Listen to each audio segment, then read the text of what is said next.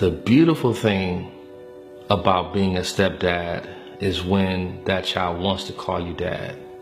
And the beautiful thing about my story is I moved my wife and my stepdaughter.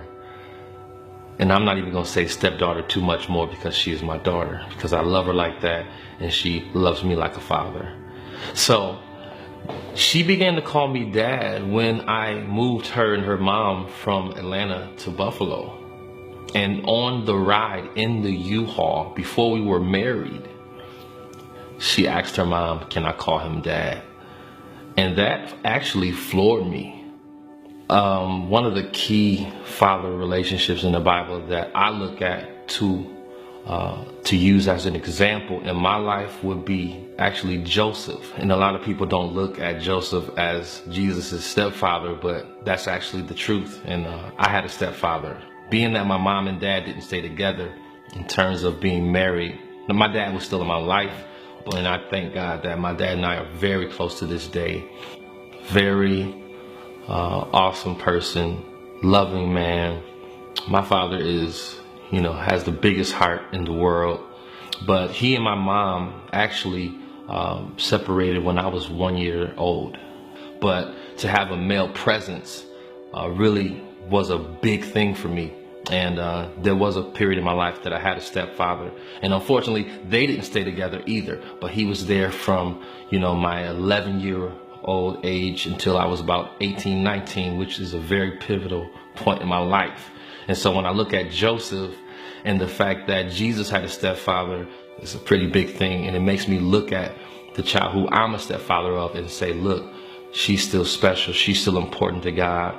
If God was big enough to allow his son to be a stepchild, then how much more should you have compassion on your stepchild? And so we have a good bond. We have a great bond. I'm really proud of her. Well, the teenager experience is something that I'm experiencing right now with my second daughter, Naomi. Naomi is 13 years old. We do the father-daughter dances and things like that. I'm the boyfriend. Right now, I'm the love interest, and I want to make it clear that her heart belongs to me, and for any young man to come and take your heart, he's going to have to come through the door of daddy, because I hold the key to your heart. That's my desire. I want her to know that I love her, and that, when that day comes for me to hand her to her future husband, it will be someone who is also willing to fight for her heart. William Felder II. He's a little me. He's my namesake. And there's so many things about him that when I look at it, it reminds me of myself. I remember one memorable moment that also, when I think about it, sometimes it causes me to tear up. I bought him a big wheel, and as he was riding down the sidewalk on his big wheel, it took me back to a moment when I was just about his same age, maybe 4 or 5, and my big wheel broke.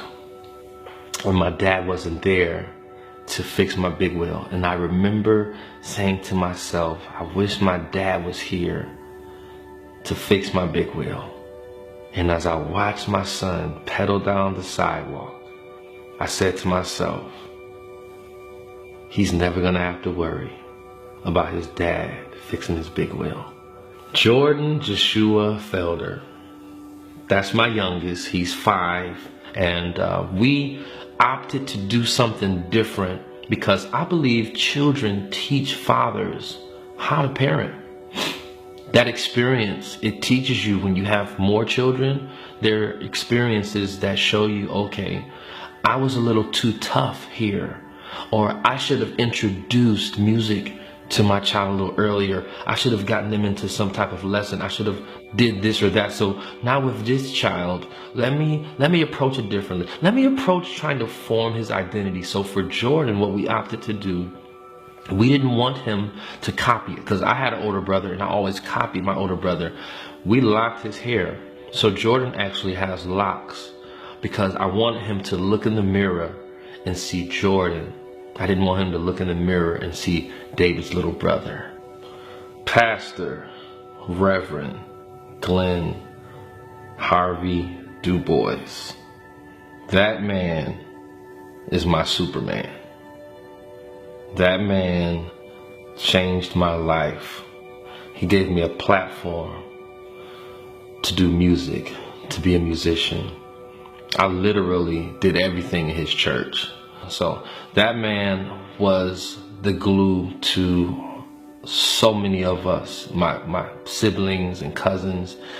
You know, he got most of us our first car. You know, we moved into his home when we left our mom's house before we went on our own. He and my grandmother literally were grandparents. You know, we say grandparents. No, they were grand, you know, the greater.